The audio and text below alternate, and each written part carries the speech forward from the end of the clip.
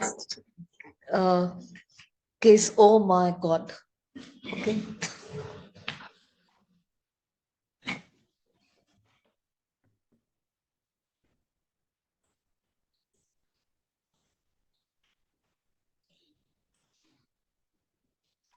And you see the unusual ones, it's good to kind of take a video with the patient's permission or the relative's permission so that everybody learns. I think that one picture that Joshua put in will probably stick in your head because that cardiomyopathy and the large heart, same. So, because we've not seen tetanus in a while now, but it's. So good morning, everyone. I'm Joseph Liyaskar. I'm presenting on behalf of Medicine 4 on topic, oh my God.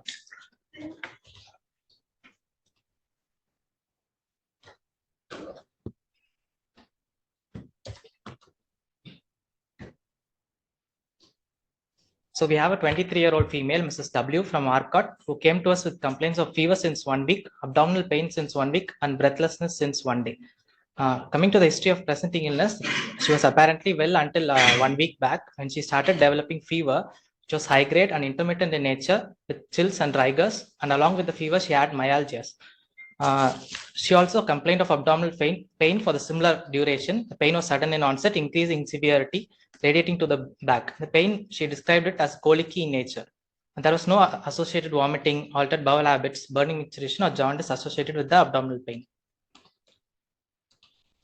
She also complained of worsening breathlessness over the past 1 day, which was of sudden onset, progressive in nature, and this breathlessness was present at rest of MMRC grade 4. And there was no history of any cough, chest pain, orthopnea, or PND, or reduced urine output, or jaundice associated with this breathlessness. There is also no history of any significant weight loss or loss of appetite. There are no other localizing features for the fever. And past history wise, she doesn't have any similar history of similar illness in the past, and she doesn't have any other comorbidities. Personal history, she consumes a mixed diet.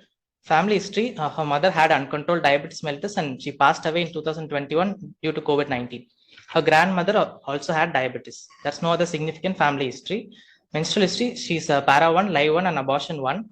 And she has a 8-year-old daughter. Her second gravida resulted in an abortion at 5 months of amenorrhea. It was a spontaneous abortion.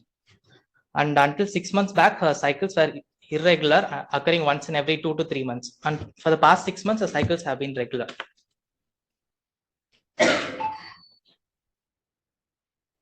Summarizing this. And on examination, her blood pressure on arrival was 90 by 60 millimeters of mercury, and she was on 5 mics NORAD on arrival. She was tachycardic and tachypneic, and saturation was 88% in room air. Her GRBS on arrival was 550 milligrams per deciliter, and ketones were positive. General examination wise, except for mild pallor, and she also had hirsutism. She had excessive hair growth over her chin, her upper lip, and also in the chest and in the abdomen. Systemic examination wise, cardiovascular system, S1 and S2 heart sounds were heard. No other murmurs were there. Respiratory system, normal vesicular breath sounds were there. Per abdomen was soft. There's no palpable organomegaly, no evidence of any free fluid. And there was an enlarged thyroid gland, breast and external genitalia appeared normal. Central nervous system, she had no focal neurological deficit. Pupils were 3 millimeters reacting to light, and GCS was 15 by 50. So summarizing, this is a 23-year-old female with bilateral flat pain and breathlessness. She was in shock, just tachycardic and tachypneic. What is your practice that is got recorded?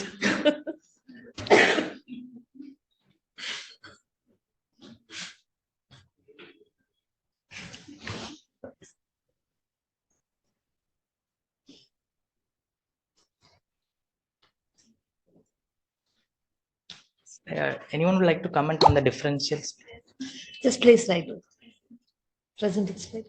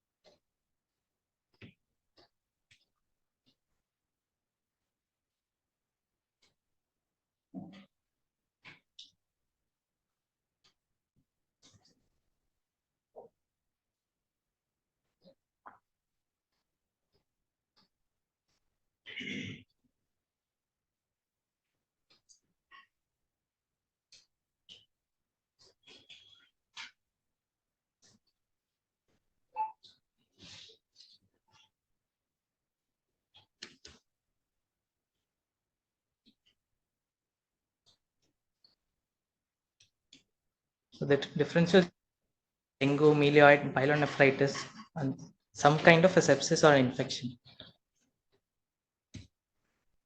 Some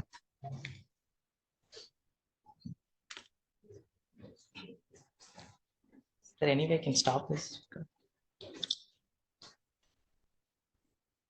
I think you must have saved it during that time. The initial differentials that we thought was the diabetic ketoacidosis precipitated by an underlying infection or an acute pyelonephritis or an acute pancreatitis or perinephric abscess or renal calculi or an underlying ovarian tumor or a ruptured ectopic or a pelvic inflammatory disease. And so the initial investigations, the total counts are normal, 4,300, but 88% of neutrophils, platelets were normal, hemoglobin were normal, amylase lipase were not elevated, ketones was positive, ABG was showing high anion gap metabolic acidosis, mild hyperbilirubinemia was there, 1.29. Her blood culture grew Klebsiella pneumonia, which was pan-sensitive hypermucoviscous strain of Klebsiella pneumonia. This strain is gives a positive string test. It produces more mucus, and one good thing about this organism is that it is pan-sensitive. It is sensitive to all antibiotics, but however, it can produce an infection even in immunocompetent individuals, young individuals, and the mortality rates are higher compared to the usual variant. HbA1c at presentation was 13.5%, but C-peptide was normal.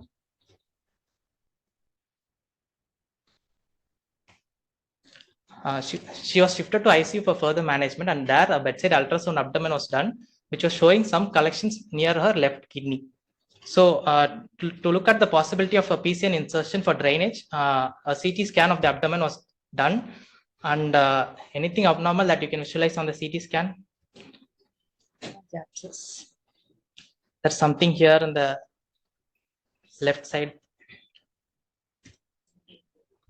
So further, this CT imaging was discussed under a multidisciplinary discussion because the site of origin of the lesion was not sure of whether it is from the renal or whether it is from the suprarenal or whether it is from the retroperitoneum, and whether it is an infective collection or if it is a neoplastic collection. And finally, the outcome of the meeting was that it was defined as a heterogeneously enhancing left suprarenal mass of size 10 cross 9 cross 8 centimeter with necrosis, necrotic fluid.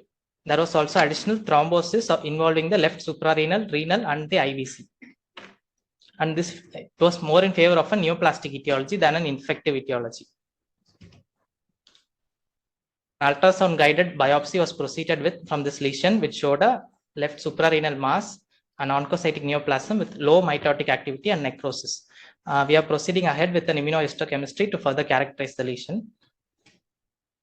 To further hormonally characterize the lesion, we sent the hormonal workup for this patient, which showed an elevated testosterone. Her testosterone was 189 and thrice above the reference range, and her DHEAS, dehydroepiandrosterone, was twice as elevated from the normal reference range. Her cortisol was within normal limits. Other hormonal workups are pending. So the final diagnosis we reached for this patient was a sepsis with septic shock secondary to infected androgen-producing adrenocortical carcinoma due to infection with a pan-sensitive hypervirulent Klebsiella pneumonia with SOFA score of 7. It is a stage 3 adrenocortical carcinoma, and diabetes mellitus, we are thinking probably it is a monogenic diabetes, but because she has a 3-generation family history of diabetes and the C-peptide levels are normal, she doesn't have any features of insulin resistance also, no acanthosis and so on, and diabetic ketoacidosis precipitated by the sepsis. So coming to the adrenocortical carcinoma, this is a slightly epidemiology wise is slightly more common in females, and the incidence is very rare. It's about 0.7 to 2 cases per million population. It follows a bimodal age distribution. First, initially more common in the first decade and also between the 4th and the 5th decade. 60% of the patients usually present with signs and symptoms of adrenal hormone excess. They can present with Cushing syndrome, or if it is an androgen secreting tumor, it can present with hirsutism, male pattern baldness, oligomenorrhea. If it is estrogen secreting, it can present with gynecomastia or testicular atrophy in men. And if it is aldosterone producing, it causes severe hypertension with profound hypokalemia, which is not responding to correction with potassium. 40% of the tumors can also be hormonally inactive, and it can present with mass effects like nausea, vomiting, and abdominal fullness. These symptoms are typically absent with adrenocortical carcinomas. The most common tumor size at presentation is between 7.5 to 10 centimeters. And usual hormonal workup that we send for patients with suspected adrenocortical carcinoma. For glucocorticoids, we do a dexamethasone suppression test, ACTH, cortisol. For sexual hormones, we do a DHEAS, 17-hydroxyprogesterone, a testosterone, and estradiol. For mineralocorticoids, we do an aldosterone-renin ratio. And it is also important to exclude a pheochromocytoma because the tumor could arise from the adrenal medulla and it could be a pheochromocytoma. And dangerous hypertension can occur during surgery. One new novel biomarker that has been identified to differentiate between adrenocortical adenoma and carcinoma is 24-hour urine steroid metabolic analysis. And this basically identifies the precursor forms of the steroids which is excreted in the urine. So presence of this precursor forms of the steroids in urine is 90% sensitive and specific and in differentiating between an adenoma and a carcinoma. And it is considered even superior to imaging techniques like CT or MRI in differentiating between an adenoma and a carcinoma. And why do we need to do a hormonal assessment? It's because it is very important to differentiate if it is an adrenocortical tumor or adrenal medullary tumor. And it also helps us to differentiate if it is a malignant one or if it is a benign tumor. And cortisol we also measure because patient can go into adrenal insufficiency once the tumor is resected. And again, after surgery, we can also use these hormone levels as follow prognostic markers. That's why we do the hormonal workup. Imaging modalities, both CT and MRI of abdomen is equally sensitive and specific to different character selection, further differentiate between a malignant and a benign. It's not much of a role of a PET scan, except if it is indeterminate on a CT or MRI. There's also a specific scan which can localize specifically to the adrenal cortex, which is the metomediate scan, which we can use to differentiate between the origin, if it is adrenocortical or adenomedullary. FNAC is usually contraindicated because there's a chance of needle tract metastasis if done. So differentiating between a benign and a malignant adrenocortical tumor becomes very difficult, and there are many imaging features and histopathological features which can help to differentiate between a benign and a malignant tumor. Radiological features which can help to differentiate are the Hounsfield units, which is nothing but the radio density of the tumor. Less than 10 favors a benign origin, whereas more than 10 with a contrast washout or less than 50% favors a malignant lesion. Size wise, it has been shown that size of more than 6 centimeter at presentation is more in favor of a malignant tumor, and presence of necrosis, irregular surface or borders favors a malignant tumor. Histopathologically, what we can do is look at the mitotic count, presence of more than 20 mitosis per 50 high-power feeds, and presence of proliferation index. We've stained the biopsy sample with Ka67 and look how much of positivity is there, and more than 5% in favor of a malignant tumor. Presence of invasion of the capsule, adjacent soft tissue, and invasion of the blood vessels around makes it more malignant. The most common sites of metastasis of adrenocortical carcinoma is in the lung, liver, followed by the skeleton. And biopsy features to differentiate between benign and malignant, we use the Weiss criteria, where we assign scores based on the structure of the tumor, cytology, cellular architecture of the tumor, and based on the invasion of the tumor. It's scored between 0 to 9, and the score between 4 to 9 makes it highly likely for it to be a malignant tumor. Other markers, as previously said, is the Ka67 proliferation index. So staging system, there are 4 stages of adrenocortical carcinoma. It is the NSAT staging system. Stage 1 is a tumor size of less than 5 centimeters. Stage 2 is a tumor size of more than 5 centimeters, both without node or metastasis. Stage 3 is any size of tumor with a positive lymph node or infiltration of surrounding tissue or infiltration of the thrombosis involving the adjacent veins and infiltration of surrounding tissues. And stage 4 is presence of distant metastasis. Our patient falls in the stage 3 category. Can we wrap it in another 1 minute? Yes. And treatment wise, for stages 1 to 3, we prefer complete surgical resection as the first option, and give mitotane for follow-up to prevent the chance of a recurrence. And if surgery is not successful, or if it is not possible, we go ahead with the chemotherapy with etoposide, doxorubicin, and cisplatin-based regimen. We also consider tumor bed irradiation to prevent the chance of recurrence if the biopsy sample is showing up positive resection margins. And every 3 monthly, we have to follow up the patient with imaging and tumor markers. And once the patient is disease free, after some 1 or 2 years, we can follow up less frequently, like once in some 6 months. And for stage 4, if the possibility of surgical resection is not possible, we directly go ahead with the chemotherapy. And if surgical resection is possible, we still go ahead with the surgical resection. And these are the parameters to monitor while on mito-10 treatment. We have to monitor the thyroid hormone levels. We have to monitor the liver function test and the blood counts. Prognosis wise, it's depends on the stage of the tumor, the grade of the tumor, and the resection margins.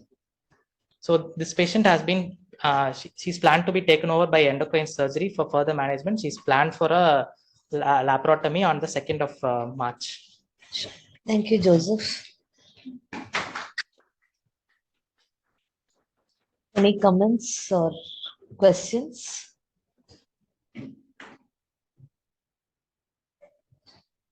Okay. Yes, go ahead, Amit. Collection going on. Not yet.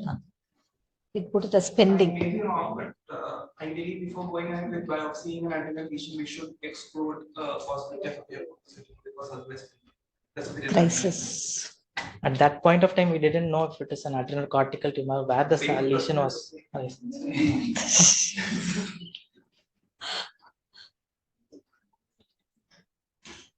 Well, that's a very valid point. Any adrenal tumor needs to get pheochromocytoma needs to be excluded. Otherwise, you're going to precipitate a crisis there. Sure.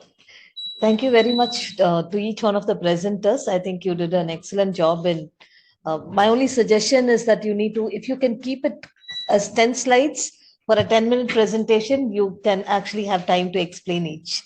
Otherwise, you're rushing through your presentation and time runs short. Having said that, I thought the clinical presentation, there was adequate differential diagnosis, memorable clinical pictures, and good discussion. So I would give the prize to Joshua Uzagre, I think, in absentia. Oh, there you are, Joshua. Come. I'm also biased because it's a subject that I like. Thanks. Yeah, that's for this week. We'll meet again next week. Can we start on time, please? Can we request the registrars to load your presentation?